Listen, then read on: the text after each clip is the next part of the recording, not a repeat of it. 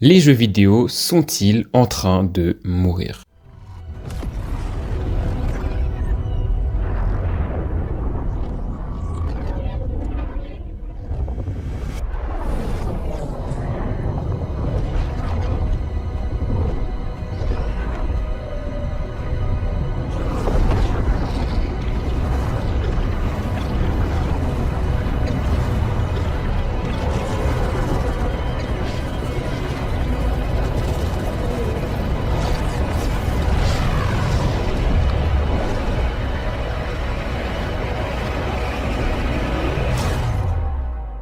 Les premiers jeux vidéo apparaissent dans les années 70. Lorsqu'on voit l'évolution entre les premiers jeux vidéo et les jeux vidéo qui sont créés aujourd'hui, se rapprochant plus de la réalité d'ailleurs que la réalité elle-même, on se dit que les jeux vidéo ont encore beaucoup, mais vraiment beaucoup d'années dorées. Et pourtant, une question générale se pose sur toutes les lèvres des joueurs et des joueuses. Pourquoi aujourd'hui les jeux vidéo sont-ils aussi mauvais ?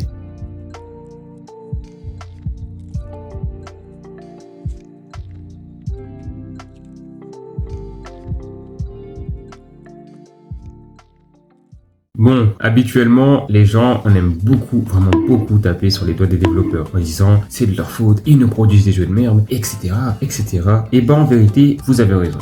Mais pas totalement. On va voir 3 facteurs qui fait que les jeux vidéo sont beaucoup moins bien aujourd'hui. Allez, c'est parti. Bon, le premier point, on l'a dit tout à l'heure, c'est les développeurs. Et pourquoi les développeurs produisent des jeux de merde? Vraiment, c'est le mot, des jeux de merde. On avait vraiment des jeux incroyables pour l'époque. Par exemple, des Assassin's Creed premier du nom, ou encore même des Star Wars Pouvoir de la Force, des Naruto Broken Bone, et j'en passe. Bon, vous l'aurez deviné, ça c'est des jeux auxquels moi j'ai joué, donc forcément peut-être que certains vous connaissez pas dans la liste. Je pense quand même que vous connaissez Assassin's Creed. Et aujourd'hui, on se demande pourquoi ils font beaucoup moins bien. Et bah tout simplement, je vais vous répondre parce que ça marche. Et là vous allez me dire mais qu'est-ce qu'il me raconte là, ce fils de pute?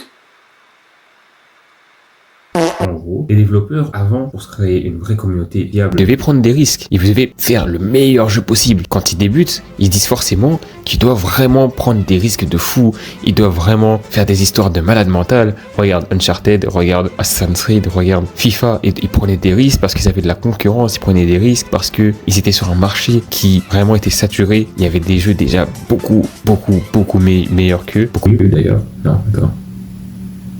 Waouh, la phrase était dégueulasse. Bref. Et forcément, en prenant des risques, ils se créent une communauté en créant un jeu incroyable. Et maintenant, on va pas dire qu'ils ont plus besoin de prendre des risques, mais tout simplement, ils n'ont plus besoin de prendre autant de risques qu'avant et ils préfèrent se sécuriser. Plus ils vont faire un jeu mild, plus bah forcément, ils vont réussir à gagner encore plus en popularité, encore plus gagner le cœur des fans. Et forcément, eh bien, ils vont continuer. S'ils ont plus besoin de faire des jeux aussi incroyables qu'avant, eh bien, ils vont pas le faire. Ils ont pas de quoi le faire en fait. Ils ont pas de concurrence forte pour se dire qu'ils sont obligés de créer un jeu incroyable pour pouvoir faire plus de chiffre d'affaires. S'ils feraient pas plus de chiffre d'affaires, je ne pense sincèrement pas qu'ils continueraient à faire des jeux aussi peu développés, on va dire, aussi moyens. Pour résumer notre premier argument, plus les jeux vidéo et les licences de jeux vidéo vont percer, et plus ils vont être enclins à faire des jeux vraiment pas ouf. Donc, imaginons Assassin's Creed. Assassin's Creed, au départ, ils touchaient vraiment que leurs fans. Ça veut dire les gens qui kiffaient jouer à Assassin's Creed, tu vois. Les bases d'Assassin's Creed, c'est quoi? T'incarnes un assassin, t'incarnes un personnage de base simple, avec une histoire, l'animus, tout ce que tu veux. Et Assassin's Creed, plus ça va, et plus ils te font des trucs qui partent loin, mais vraiment loin,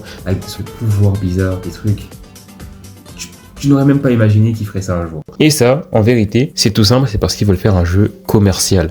Ça veut dire un jeu qui touche vraiment une généralité de personnes et plus leur minorité, donc ça veut dire leurs fans. Ils veulent vraiment faire le plus de chiffre d'affaires possible et ceux quitte à même détruire leur jeu. Et franchement, en vérité, moi je les comprends, parce qu'il faut vraiment être rentable. Bon, après que ça nécessite vraiment de faire ce qu'ils font, c'est-à-dire détruire leur jeu, ça se discute. Bon. On a beaucoup tapé sur les doigts des développeurs de jeux vidéo, mais il y a quelqu'un, plutôt des personnes sur qui on n'a pas encore tapé, et c'est tout simplement vous. Oui, vous, parce que tout simplement, s'il n'y aurait pas de vente, s'il n'y aurait pas d'achat, eh bien, forcément, les jeux vidéo et les licences se remettraient en cause. Les développeurs se remettraient en cause. Tout le monde se remettra en cause et ils repartiront d'une bonne base. Ils se diront, on a merdé. Mais non, ils le feront jamais. Parce que ça marche, puisque ils voient très bien que les joueurs continuent d'acheter. Et ce, même si, leur jeu a fortement décliné. Et au fond d'eux, ils savent qu'ils font un jeu qui ne ressemble plus du tout à la source. Mais ils se disent que ça marche. Ils se disent que les gens achètent. Donc c'est forcément que, les gens aiment bien. Alors que c'est faux. Chaque année, t'as des gens qui se plaignent et pourtant ils achètent le jeu. Et j'ai un bel exemple là, FIFA. Les gens qui achètent FIFA, est-ce que ça va dans votre tête? comprends pas c'est quoi le but de se faire souffrir, de se briser la santé mentale, tout ça pour un putain de jeu de foot. D'ailleurs, un jeu de foot...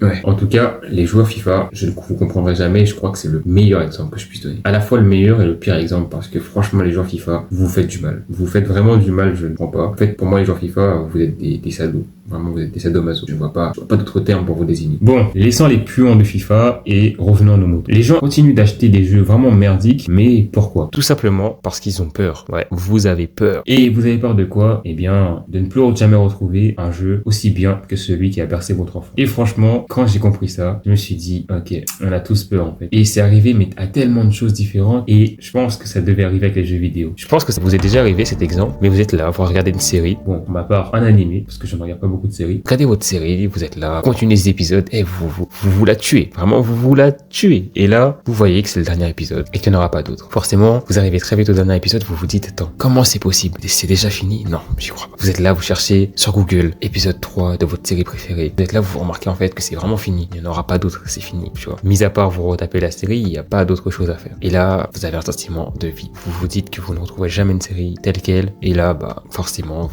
vous avez le seum.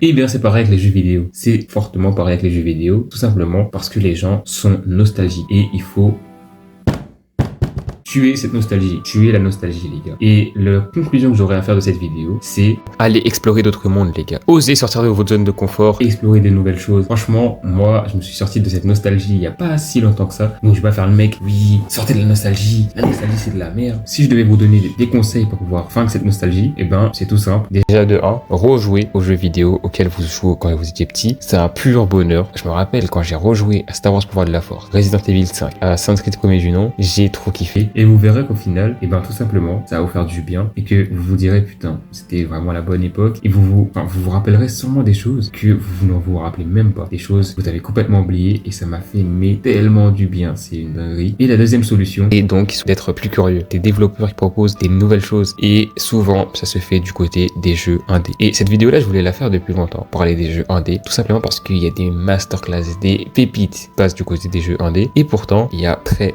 peu de personnes qui se pivotent du côté des jeux indés, à part des gros youtubeurs, par exemple, on a vu Squeezie jouer à des jeux indés et tout ça, mais il y a que récemment que les gens commencent à comprendre enfin, et j'aimerais que les gens se mettent en tête que le futur se situe du côté des jeux indés les gars, parce que tout simplement, eux, ils n'ont rien à perdre, tout à gagner, donc ils vont prendre forcément plus de risques, et il y a le frérot Mido qui parlait tout simplement des jeux indés. J'ai vu sa vidéo, je me suis dit, incroyable, il y avait déjà longtemps que j'avais écrit ce script de vidéo, et sa vidéo à lui m'a apporté de la valeur en plus à mettre dans ma vidéo, et je vous conseille d'aller voir sa vidéo tout simplement parce qu'elle est incroyable et surtout elle apporte encore plus de valeur. Si vous voulez comprendre un peu plus tout ce qui est des jeux indés, je vous conseille d'aller voir sa vidéo. Bon, la vidéo touche à son terme, j'espère qu'elle vous aura plu. Moi en tout cas ça me fait tellement plaisir d'avoir enfin lancé cette chaîne. C'était une chaîne que je voulais lancer déjà il y a bien longtemps. Par manque de temps je pouvais jamais sortir la première vidéo, donc je me suis fixé un petit emploi du temps pour me dire ok, tel jour je tourne telle vidéo, tel jour je tourne telle vidéo, et là j'ai enfin pu tourner la première vidéo et la sortir et ça me fait vraiment plaisir. J'espère en tout cas que la vidéo vous aura plu. Moi en tout cas ça m'a fait super plaisir de la faire, malgré une chose, beaucoup de personnes avaient déjà fait ce sujet de vidéo et forcément du coup moi j'arrive juste après et je balance ma vidéo. Bon, en vrai j'ai le seum, mais d'un autre côté c'est pas grave, je suis assez content parce que la vidéo est quali de ouf. En tout cas j'espère que la vidéo vous aura plu, beaucoup de vidéos vont sortir. Je suis enfin très content d'avoir pu enfin démarrer cette chaîne, c'est ce que j'attendais depuis longtemps et il y a des sujets de vidéos super ouf qui vont sortir et franchement j'ai hâte de vous les présenter. En tout cas c'était Kamé, j'espère que la vidéo vous aura plu encore une fois et voilà les gars, restez chill,